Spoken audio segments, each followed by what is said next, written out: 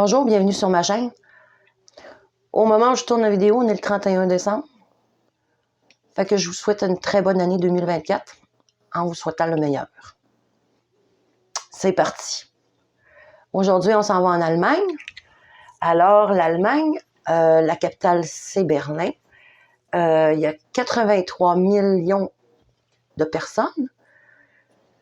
La devise, c'est le euro. C'est un pays qui a 360 000 km². La langue officielle, c'est l'allemand. C'est une république démocratique. La situation géographique, l'Allemagne, c'est un pays de l'Europe centrale avec la France à l'ouest, le Danemark puis la mer Baltique au nord. On a la Pologne et la République tchèque qui se trouvent à l'est. Ensuite, on a la Suisse et l'Autriche qui se trouvent au sud. Pour ce qui est de la religion, environ 50% de la population, soit chrétienne, soit protestante. Au travers de ça, il y en a d'autres aussi, mais c'est surtout ces deux-là qu'on voit. C'est vraiment presque 50-50. Pour ce qui est de l'histoire, le pays a été peuplé entre le 11e et 1er siècle avant Jésus-Christ. Ça a été peuplé par divers peuples nordiques. Mais évidemment, à cette époque-là, on avait Rome qui s'étendait beaucoup.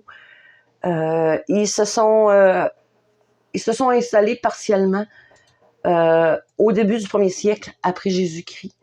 Après l'effondrement de l'Empire romain en 476, les populations sont peu à peu christianisées, puis plusieurs royaumes germaniques se forment. Il y a des ensembles territoriaux qui vont se former. Les principaux, ça va être les Habsbourg et le Luxembourg. À partir de 1440, les Habsbourg, autrement dit la Maison d'Autriche, sont les nouveaux maîtres du Saint-Empire.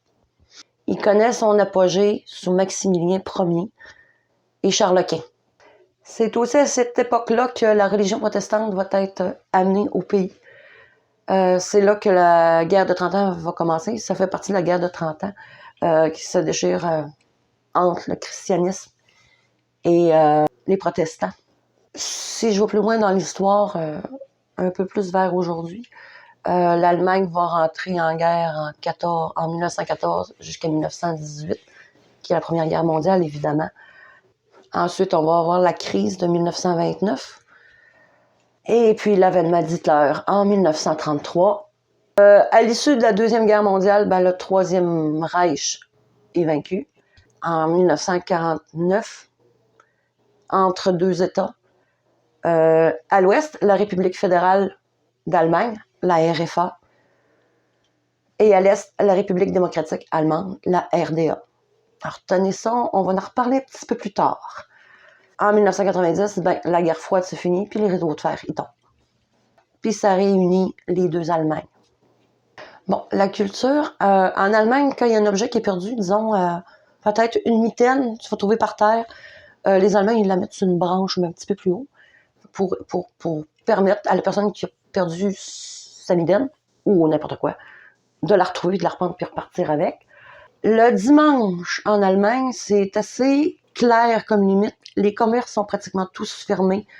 Le dimanche, c'est la journée, on ne travaille pas, on fait des affaires en famille, entre amis, puis on est vraiment consacré à ça. C'est assez ancré en eux autres. Je vais vous parler un petit peu des fêtes allemandes, parce qu'il y en a quand même plusieurs. Je pense que les Allemands, ils sont très festifs. Les fêtes allemandes, c'est des carnavals, festivals. Il y a toujours de la musique, il y a des costumes, des défilés. Ensuite, bon, là, j'en ai quelques-uns, mais je vous avertis, mon allemand, c'est un peu comme les autres langues, c'est mort. Du coup, je vais essayer de pas trop démolir les noms. On a le Lederhosen et le Dirndl. De toute façon, je les écris en bas. Ça, c'est des vêtements allemands traditionnels, assez facilement reconnaissables. Sont toujours portés à des fêtes. En dehors des fêtes, c'est pas porté, je penserais pas. Le Poltenraben, c'est un peu comme un enterrement de vie de garçon. Si on va dans les valeurs, parce que j'en ai trouvé quelques-unes, je trouvais ça un petit peu le fun. Les Allemands sont très ordonnés et très organisés. Sont des personnes très efficaces, pragmatiques. Ils accordent beaucoup d'importance à la ponctualité, aux règles et à l'ordre. En Allemagne, il y a 16 parcs nationaux et plus de 30% du pays est couvert de forêts.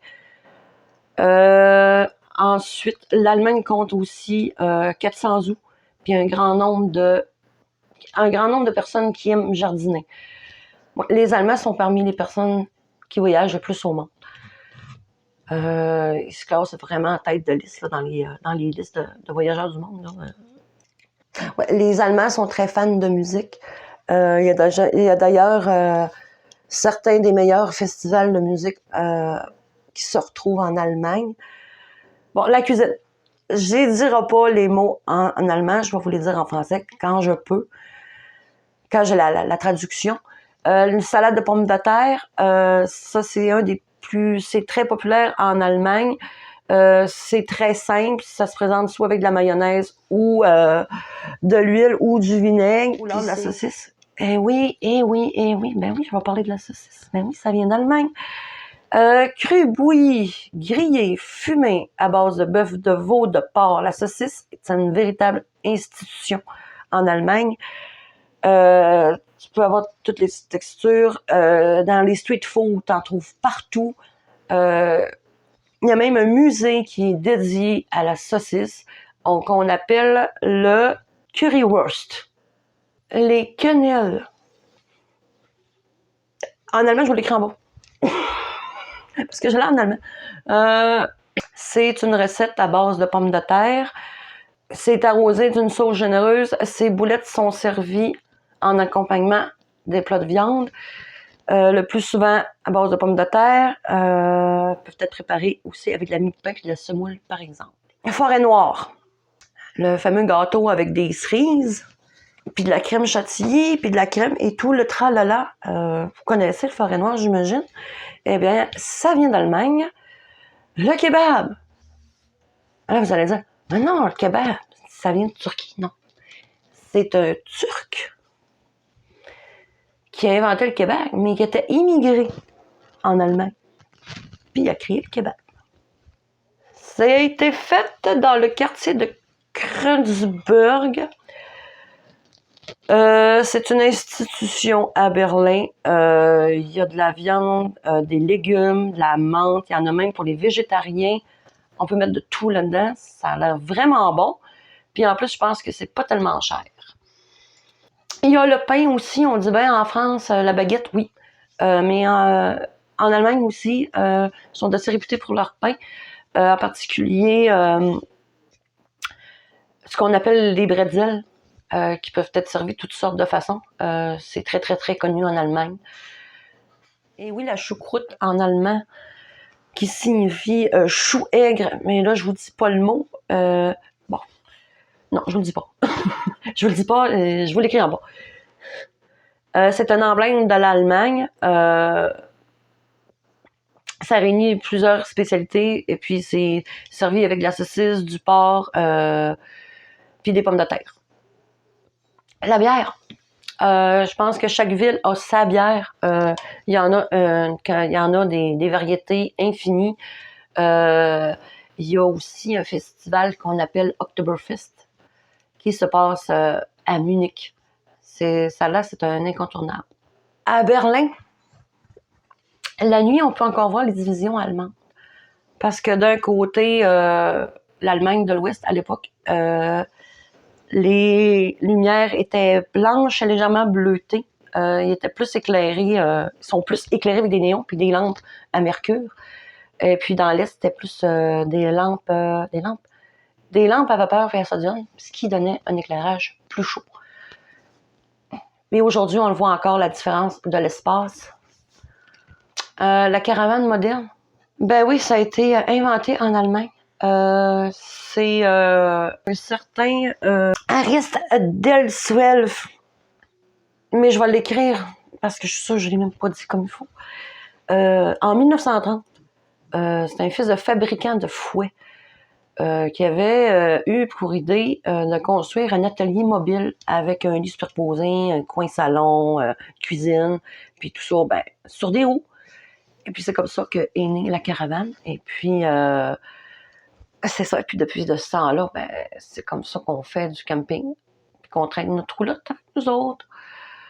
Semble-t-il qu'en Allemagne, il y a 25 000 châteaux. Est-ce qu'il y a vraiment 25 000 châteaux? Je ne le sais pas, mais ça va être pour dire. Il y en a beaucoup, beaucoup, beaucoup. Moi, je sais que je regarde passer des images des fois, puis il y a des châteaux, j'en vois plein en Allemagne. J'en vois beaucoup, beaucoup, beaucoup. Il y a le Wartburg à Eisenach. Après ça, c'est le plus connu du Land. Il y a la Saxe qui possède une densité de châteaux, de forteresses et d'autres monuments. Le Münsterland, dans le Bas-Rhin. Il y a le Wasserburg, entouré d'eau, dans la vallée du Rhin moyen. Et si je vous parle de la nuit du 9 novembre, pour être plus précis, en 1989, c'est cette nuit-là que le mur de Berlin est tombé. Évidemment, on se doutait bien qu'elle allait finir par tomber parce qu'il commençait à avoir des tensions, mais c'était pas supposé d'arriver comme ça. Et ni si vite.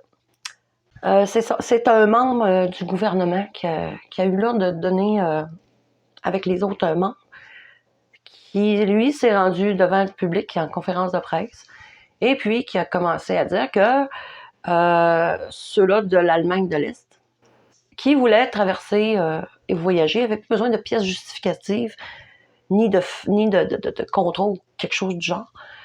Et puis, puis ça a été écouté, ça a été diffusé à heure de grande écoute.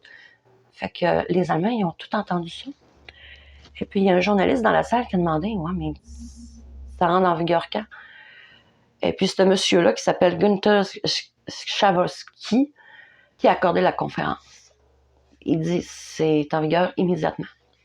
Mais en fait, c'était pas ça du tout. C'était juste pour annoncer qu'il allait avoir ça. Et puis que le lendemain, il mettrait tous les petits détails pour le reste. Mais non, c'était en vigueur immédiatement.